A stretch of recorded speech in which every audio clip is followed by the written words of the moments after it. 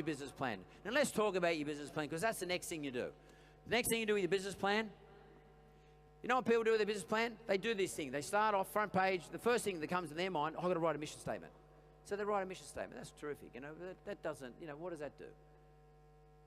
What is that? It's a feeble form of your intellectual structure or something. What is that? A mission statement, like 10 lines. And they sit there and they go over the words and they sweat over it and they spend 3 days writing a mission statement. Mission statements evolve. Your mission, whatever you're doing, evolve. It'll change. Continually change. You can't pick a market. No one can pick a market. I didn't pick a market with Yellow Brick Road. I didn't pick a market with Wizard Home Loans. It evolved every 6 months. It just kept changing. And I had to change with it. The business plan is about this. When you're building a business plan, do a 5-year business plan, 3 or 5-year business plan. Really what you want to know is, where am I going to land in 5 years' time? What I mean by that is this. What is this business going to be worth in 5 years' time? Or more importantly, what I want it to be worth.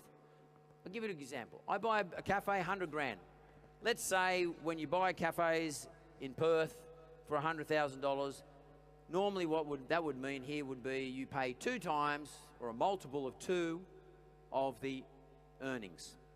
So that would assume I'm paying 100 grand, that I bought something with an earnings at $50,000. Which is great, you know, I paid $100,000, I'm earning 50 grand a year, that's the right number. Okay. You want to make sure you just didn't buy yourself a job.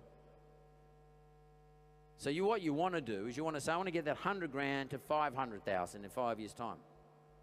Now you know already that the multiple's 2. So you're building a business plan, you say, okay, that means I've got to be earning $250,000 with a multiple 2, give me a $500,000 valuation in 5 years' time. So I've got to get from 50 to 250. So let's go to year 5 at 250,000. That's my net income. I know it costs to have a cup of coffee. I know how many cups of coffee I've got to sell. I know how many staff I need to sell the coffee. I know how big the premises has got to be. I know how many tables and chairs are there. I can work out I can work out all the assumptions I've got to have to get to $250,000 worth of net income. Then you work backwards. You go then to year 4, year 3, year 2, year 1. Then you've got a business plan. And then in year 1, you can nearly break it up into 3 or 4 parts, quarters if you want to.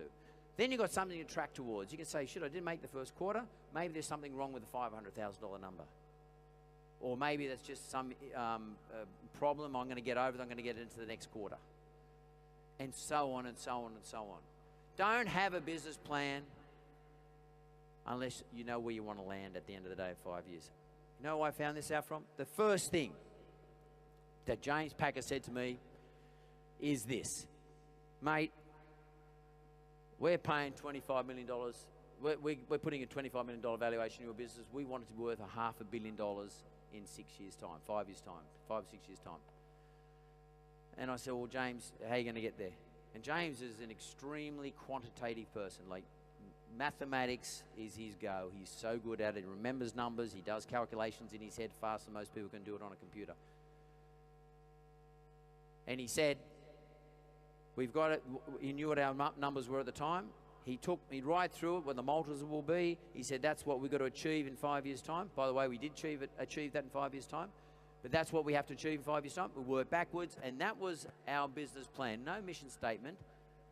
None of the other stuff. All the other stuff follows. The most important thing was those numbers, and that's what we track to. Because if you're building a business from $100,000 today to $500,000, why are you doing it? You either doing it because you either want to sell it, you might want to put it on the stock market if it's big enough, or you might want to bring a partner in so then you can go and do 4 or 5 more. You say to a partner, look, you put $500,000 into this business that's now worth $500,000. That he gets or he or she gets half of it.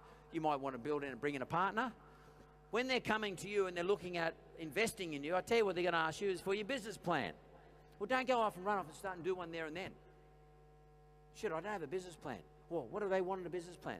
I'm telling you what they want. They want to see what your business plan was 5 years ago.